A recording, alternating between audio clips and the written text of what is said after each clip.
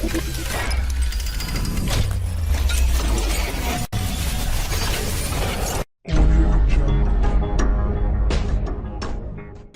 bamananga mena amena aw masala bi ka bakruba ta san tɛmɛnen na forces armées maliennes ye bolo baara minnu boloda forces armées maliennes ye défi minnu sɔrɔ ani u sela ka mun kɛ san tɛmɛlen na n'a ye jateminɛ kɛ depuis transition in nana u ye taabolo saba de boloda taabolo fɔlɔ o ye ko Mali ka bonya a ka yɛrɛma hɔrɔnya kɔnɔ filanan Mali mana ŋaniya fɛn fɛn ta il faut que an fɛlamɔgɔw an terilamɔgɔw ka o ŋaniya ni bato sabanan o ye jamana gouvernement mɔgɔw u ko k'u tɛ foyi ɲini malidenw ka intérêt kɔ malidenw ka nafa kɔ donc o hukumu kɔnɔna na forces armées maliennes Mali finitigilakaw olu fana ye taabolo ta ka ɲɛsin o la o taabolo ye mun ye n'i y'a mɛn k'i b'i ka yɛrɛma hɔrɔnya ta o y'a ye i yɛrɛ bɛ se ka kuma i tɔgɔ la o y'a ye i bɛ se ka ko kɛ i tɔgɔ la o y'a ye i bɛ se ka i hakili jagabɔ i yɛrɛ tɔgɔ la jateminɛkɛ la k'a fɔ san dama dama tɛmɛlen ninnu na Mali tun ta t'a yɛrɛ hali an ka dugukolo yɛrɛ tun ta t'an yɛrɛ parce que a jirala k'a fɔ jateminɛkɛla k'a fɔ ko force dɔw tun bɛ yan olu tun bɛ an finitigilakaw yɛrɛ bali an ka se an ka jamana yɔrɔ dɔw la donc o hukumu kɔnɔna de la ɲɛmɔgɔ ye jateminɛ kɛ k'a fɔ ko kɛlɛ min b'an da la mɔgɔ si tɛna an dɛmɛ an na mɔgɔ si tɛna se ka kɛlɛ in bɔ an da la n'an yɛrɛ tɛ o kɔnɔna de la aw ka finitigilakaw olu fana u kan di k'a fɔ fɛn fɛn ye olu ka yɛrɛma hɔrɔnya tali ye n'o ye kɛlɛ in taabolo ɲuman ye olu fana y'o ta ka ɲɛsin jatigɛwale mɔgɔ ninnu ma n'i y'a lajɛ san tɛmɛlen a kɛla komi an b'a fɔ ko Mali finitigilakaw y'u ka monter en puissance u y'a sɛbɛntiya ni mun ye u y'a sɛbɛntiya ni gɛrɛndɛ sirilen jatigɛwale mɔgɔ ninnu na hali bi u y'a sɛbɛntiya ni mun ye u y'a sɛbɛntiya ni u bɛ se ka taama minnu kɛ an ka togodaw la an ka kungo kɔnɔnaw na ka taa jatigɛwale mɔgɔ ninnu ɲini ani ka dankari k'u la donc an bɛ se k'a fɔ ko san tɛmɛnen na Mali finitigilakaw u ye wulikajɔ camanba kɛ wulikajɔ minnu kɔnɔna na u taara jatigɛwale mɔgɔw ɲini u taara jatigɛwale mɔgɔw daraki ani ka jatigɛwale mɔgɔw u ka sigida ninnu k'a bɛɛ don ɲɔgɔn na mais an ye jateminɛ kɛ ko malgré que finitigilakaw wulila ka jɔli ninnu kɛ an ye jateminɛ kɛ k'a fɔ jatigɛwale mɔgɔ ninnu hali bi tɔni b'u la mun na parce que hali bi u bɛ se ka taa k'an ka duguda mɔgɔw k'u tɔɔrɔ ka wuli ka gɛrɛndɛ siri u kan k'u bila ko ka jaga bɔ k'u bila ka wariw sara mais aussi u bɛ se ka mɔgɔ minnu n'olu ma tɛmɛ u ka tɛmɛsiraw fɛ n'u bɛ se ka dankari kɛ olu la donc nin bɛɛ kɔfɛ nin bɛɛ kɛlen an finitigilaka an ma da an ma sunɔgɔ an wulila k'an jɔ an bɛ se ka dankari kɛ jatigɛwale mɔgɔ ninnu na cogo min na alors n'i y'a lajɛ lakana n'i ye jamana lakana ta bi in na an ye jateminɛ kɛ k'a fɔ ko fɛn 5 ɲɔgɔn an y'o ye san tɛmɛlen na fɔlɔ ye mun ye ni faamaw n'a ka finitigilakaw u ye taabolo mun ta a bɛ san 2 a bɛ san 3 bɔ u bɛ se k'o sɛbɛntiya hali bi san tɛmɛnen na ne ye jateminɛ kɛ o sɛbɛntiya la parce que hali bi an sela ka finitigilakaw ka minɛnw san u ye an sela finitigilakaw ka blindés san u ye ka avions san u ye ka drone san hali bi o bɛɛ kɔfɛ an sela ka an ka finitigilakaw ka u ka baara u bɛ se k'u ka baara ta taabolo ɲuman mun fɛ ani u bɛ se ka u siyɔrɔ ɲuman mun sɔrɔ Mali autorité y'o bɛɛ bolo daw ye défi filanan o kɛla mun ye ni hakili b'a la juillet kalo tɛmɛnen a fɔla ko biennale bɛ Mopti caman yɛrɛ y'i ban ka taa Mopti ko biennale k'a tɛ taa Kasarantan kɔ mais biennale ni alhamdulillah sɔrɔdasiw sera ka biennale ni sécuriser fo ka ɲɛ foyi ma se ka kɛ en termes d'attaque terroriste n'i ye sabanan ta o ye an ye kalafili mun kɛ n'o ye scrutin référendaire ye a ma fɔ ko a bɛɛ sera ka kɛ ni gɛlɛya ma k'a la gɛlɛya dɔɔni kɛla mais n'i y'a jateminɛ an ka jamana lakanali bɛ cogo min na k'a fɔ ko scrutin sera ka kɛ ni dangariba ma kɛ a ko la je pense que o ye tare ye naaninan o ye an hakili b'a la k'a fɔ san camancɛla la an ka ɲɛmɔgɔw olu y'a ɲini ko Nations Unies mɔgɔw ka baara boloda mun bɛ an ka jamana kɔnɔ k'u ka bɔ an ka jamana kɔnɔ dans les 6 mois kalo 6 mun bɛ da u kan effectivement Nations Unies mɔgɔw u ka conseil de sécurité fana ye gafe bɔ mun b'a kɛ olu bɛ se ka Mali bila kalo 6 in kɔnɔ n'i ye jateminɛ kɛ jamana foyi tɛ diɲɛ kɔnɔna na ko Nations Unies mɔgɔw ta la et u k'a fɔ k'u bɛ taa ka dugu bila u ka se k'a kɛ kalo 6 kɔnɔna na dɔw bɛ yen bi u bɛ san 10 bɔ u bɛ san 15 bɔ Nations Unies mɔgɔw ka mission b'u bara mais u dɛsɛla ka u gɛn ka bɔ yen mais an ka jamanadenw an ye courage ta kalo 6 kɔnɔ ka kangari da Nations Unies mɔgɔw ye u bɛ se k'an ka jamana bila cogo min na o bɛɛ bɛ kɛ mun hukumu kɔnɔ c'est que jateminɛkɛla k'a fɔ an bɛ kɛlɛ mun na bi in na mɔgɔ si tɛna kɛlɛ in k'an place la f'an yɛrɛ ka wuli k'an jɔ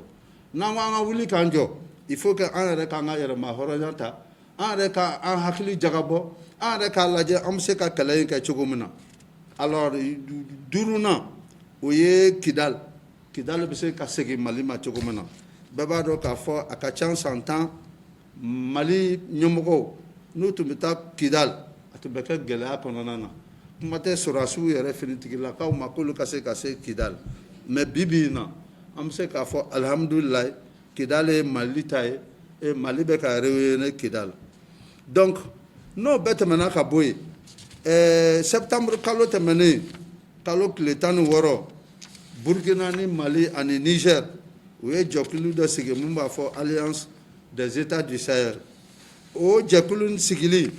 o ye pour que lakana bɛ se ka sabati jamana saba ninnu kɔnɔ cogo min na jamana saba ninnu bɛ se k'u bolo don ɲɔgɔn bolo cogo min na ka jatigɛ wale mɔgɔw kɛlɛ o hukumu na bi in na an bɛ se k'a fɔ alhamdulilayi kow bɛ ka taa taabolo ɲumanw fɛ a y'a ye peut-être jabaraninw na ko Burkinakaw olu bɛ se ka na frappe kɛ Mali jamana kɔnɔ comme Mali jamana fana bɛ se ka taa frappe kɛ Burkina kɔnɔ cogo min na Niger côté fana na a bɛ ten Niger ni Mali cɛ donc jusqu'à ce que bi in na gɛrɛndɛ de bɛ jatigɛwale mɔgɔw da la c'est vrai an bɛ taabolo mun kan bi a tɛ se ka ban parce que n'i y'a jateminɛ k'a fɔ an bɛ kɛlɛ mun na tan a bɛ fɔ c'est une guerre asymétrique ye mun ye c'est que mɔgɔ tɛ mɔgɔ dɔn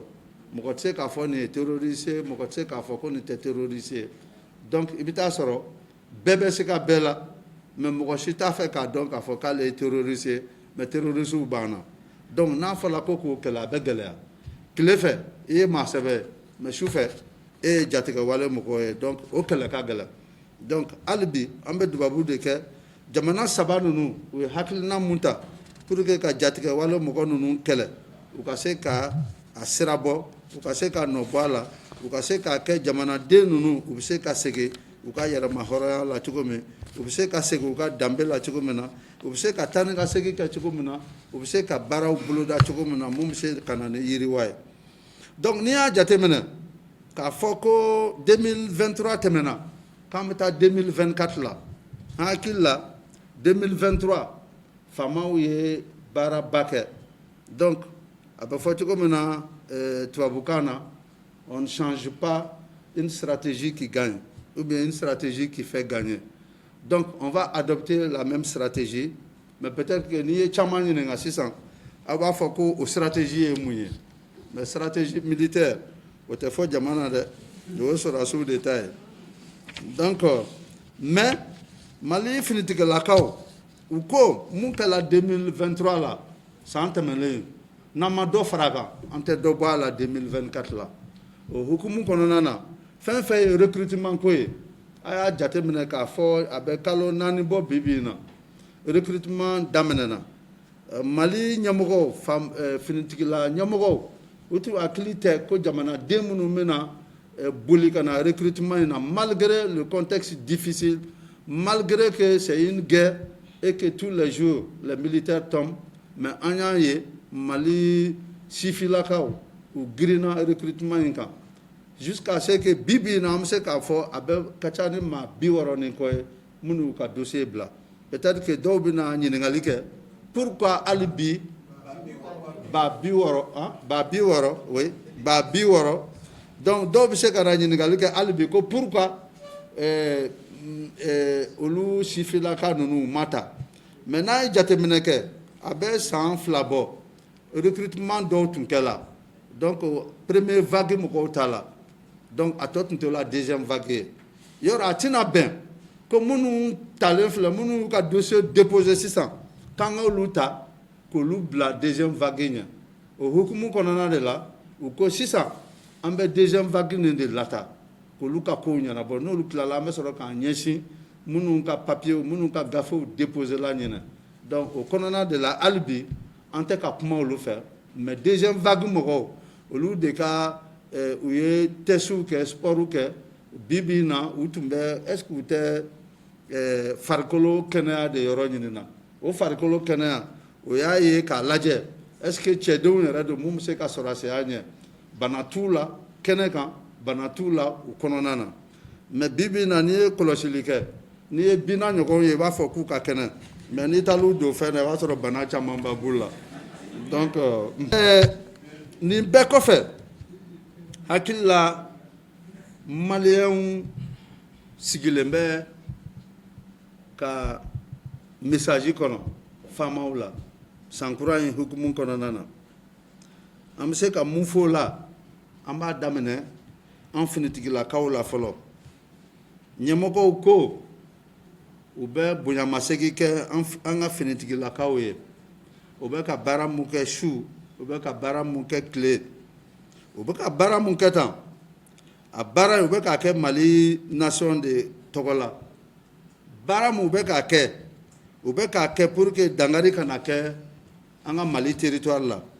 baramu ube ka ke pour que Malien de mbese ka tane ka segi ke chugumena ubse ku ka baraka chugumena anuka bolola mena mbese ka lakana chugumena donc nyamogo ko o hukumu kono nana il faut que anga sorasu u ka famu ambe baramu na bi a garjige te bela barjige munde bibina anga ni kelenge anga ni horonya kelenge anga kuna wolo kelenge sono matemena do warata do muye marfa sur rasula alu muye marfata o mam marfata kata keleke me bibina an finitigi lakao ambe kele de kona be santambo bibina donc hakilla ni fefe kala ke kanga jamana kungorota baramuna ni o barake hakilla tare kanga finyana donc o tare de bese anga finitigi lakao mabi demseni ni makoro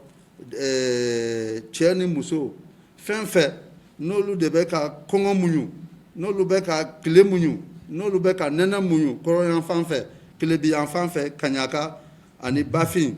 donc il s'agit également de dire qu'à fort anga finitigila kanunuye ko kidal talente kele bané kele kurayalende do albi politique mogo ou ce que kanye malideu ou ce que kanye ka sacrifice baké ka minani ni ka di en finitigila kauma ka avion ni ka dauma ka drone ni ka dauma donc an ka nga munde ka sisa an ka nga o jamana deun de kuna wolo o kuna wolo libeke ni muye ka foko kele jugu mu bandala kele jugu mu nu na lembe ka chungo andala an bɛ se ka kɛlɛ in kɛ k'a ban cogo min na. Filanan an b'an sara maliyɛndenw na k'a fɔ ko armée a tɛ jɔ san 1 a tɛ jɔ san 2 armée bɛ jɔ san yirika de kɔnɔ. Bibi in na maliyɛnw pressés malgré que avion salen bɛ ka d'an ma malgré que kɛlɛkɛminɛnw salen bɛ ka d'an ma maliyɛnw pressés kɛlɛ in bɛ se ka bɔ an da la cogo min na. Mais an b'a fɛ k'a fɔ maliyɛnw ye k'an bɛ kɛlɛ mun na bibi in na kɛlɛ nin cogolen de b'an da la. Kɛlɛ in cogolen b'an da la cogo min na kɛlɛ in fana kelen bɛ a kɔnɔna na i t'a dɔn mɔgɔ min ye mun ye. Ne b'o tile k'o fɔ aw fɛn fɛn sigilen filɛ bi yan ne bɛ se k'a fɔ n ko terroristes b'aw la jatigɛwale mɔgɔw b'aw la a bɛ digi aw la mais jatigɛwale a tɛ komi i bɛ marifa ta i bɛ mugu ni kisɛ ta ka taa jatigɛwale waleya di de mais e maa o maa n b'o de fɔ kuma bɛɛ ko mun bɛ se ka terroristes ka jatigɛ lase jamanadenw ma n'a b'o partager aw fana ye terroriste de ye il faut que maliyɛndenw k'o faamu parce que an bɛ fɛn dɔw bɔ bi an b'a bila an ka bɔlɔlɔw kan a tɛ foyi ɲɛ ka jatigɛwale mɔgɔw ka plan u ka jatigɛwale yuruku-yuruku minnu bɛ yen an yɛrɛ b'u dɛmɛ k'o da maliyɛnw tulo kan o cɛ man ɲi donc fo maliyɛnw k'a faamu ko jatigɛwale a tɛ i ka mugu ni kisɛ ta ka taa jatigɛwale congo mɔgɔw da la mais maa o maa ne bɛ jatigɛwale mɔgɔw dɛmɛ u ka baara la i bɛ jatigɛwale mɔgɔw dɛmɛ u ka hakilina jugu la e fana ye jatigɛwale mɔgɔ de ye n'i ye jateminɛ kɛ salle nin kɔnɔ an minnu bɛ information jugu partager an bɛ se k'a fɔ k'an tɛ jatigɛwale mɔgɔw ye wa donc an b'a fɛ a k'o da maliyɛnw fana tulo kan su ni tile an b'a ye su de bɛ bɔ a kɛla an ka mɔgɔw ye a kɛla civiliw ye a kɛla finitigilakaw ye o de bɛ bɔ an yɛrɛ bɛ content k'o bila ka taa n'i y'a bila ka taa e bɛ ka siranya mun e y'a ye a ye mun kɛ la e fana b'o kɛ o k'a kɛ mɔgɔ wɛrɛ la donc ça veut dire que an bɛ terroristes ka baara de la donc maliyɛnw k'a faamu ko kɛlɛ in na i bɛ san sɔrɔ kuma dɔ la fɛnɛ i bɛ dugumasara cɛ mais n'an ye san sɔrɔ an ka jɛ ɲɔgɔn fɛ ka tɛgɛrɛ fɔ an ka jɛ ɲɔgɔn fɛ ka ɲɔgɔn tɔgɔtɔgɔ mais n'i ye dugumasara tɛ il faut que maliyɛnw k'a dɔn k'a fɔ dugumasara cɛ la n'an k'an ka kasi mun kɛ an k'o kɛ ɲɔgɔn fɛ n'an k'an ka hakilina mun di ɲɔgɔn ma an k'o di ɲɔgɔn ma an ka kuma gɛlɛn ninnu kɔnɔna na donc an bɛ se k'a fɔ bi an ka finitigilakaw an bɛ ka kuma kɛ kuma mun même au delà des finitigilakaw maliyɛnw an bɛ ka kuma ye jamana ni taabolo la a bɛ san 10 san 20 san 30 bɔ ni ɲɔgɔn ma deli k'a ye donc an fɛn fɛn bɛ ka kɛlɛ kɛ bi pour que ka kɛlɛ jugu ni bɔ an kunna pour que ka jatigɛwale ni kɛlɛ ka bɔ an kan je pense que bɛɛ kan ka i yɛrɛ l'autosatisfaction parce que aw minnu bɛ yan bi kunnafonidilaw aw fana bɛ k'aw ka kɛlɛ kɛ o